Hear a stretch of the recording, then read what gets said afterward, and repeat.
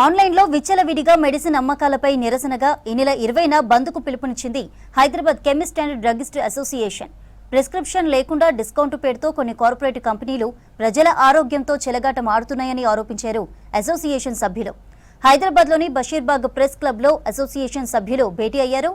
Narcotic drugs ఆన్లైన్లో అమ్మడంతో యువత మత్తు పదార్థాలకు బానిసలవుతున్నారని చెప్పారు. ప్రభుత్వం డ్రగ్స్ ఫ్రీ తెలంగాణ కోసం కృషి చేస్తుంటే ఆన్లైన్లో హ్యాబిట్ ఫార్మింగ్ డ్రగ్స్ లభ్యమవుతున్నాయని చెప్పారు. ప్రజా ఆరోగ్య పరిరక్షణ కోసం ఒక్కరోజు బంద్లో పాల్గొంటామన్నారు. ఆన్లైన్లో మందులు విచ్చలవిడిగా అందుబాటులోకి వస్తున్నాయి. ఈ కార్పొరేట్ శక్తులు ఆన్లైన్లో మందులు హ్యాబిట్ ఫార్మింగ్ డ్రగ్స్ కానీ ఈ యాంటీబయాటిక్స్ కానీ రూల్స్కి అగెనెస్ట్గా ప్రిస్క్రిప్షన్ లేకుండా ఏఐ జనరేటర్ ప్రిస్క్రిప్షన్లతోటి విపరీతమైన కాంపిటీషన్ తోటి అధిక డిస్కౌంట్లతోటి మందులు సరఫరా చేస్తున్నారు.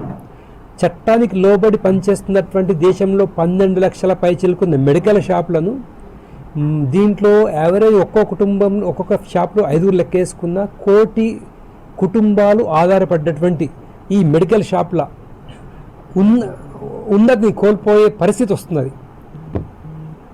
ఎందుకంటే మాకు చట్ట ప్రకారము రిటైల్లకి 16% margin on MRP drug price కంట్రోల్లో ఉన్న వాటికి డిపిసి అంటారు, వాటికి మార్జిన్ ఉంటుంది.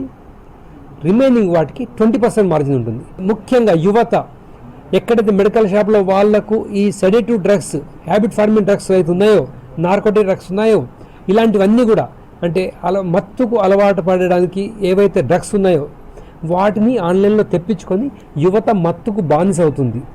మన రాష్ట్ర ప్రభుత్వం ఎంతో శక్తివంచన లేకుండా ఈ మత్తును వదలడానికి వాళ్ళు చిత్తుగా ప్రయత్నం చేస్తారు.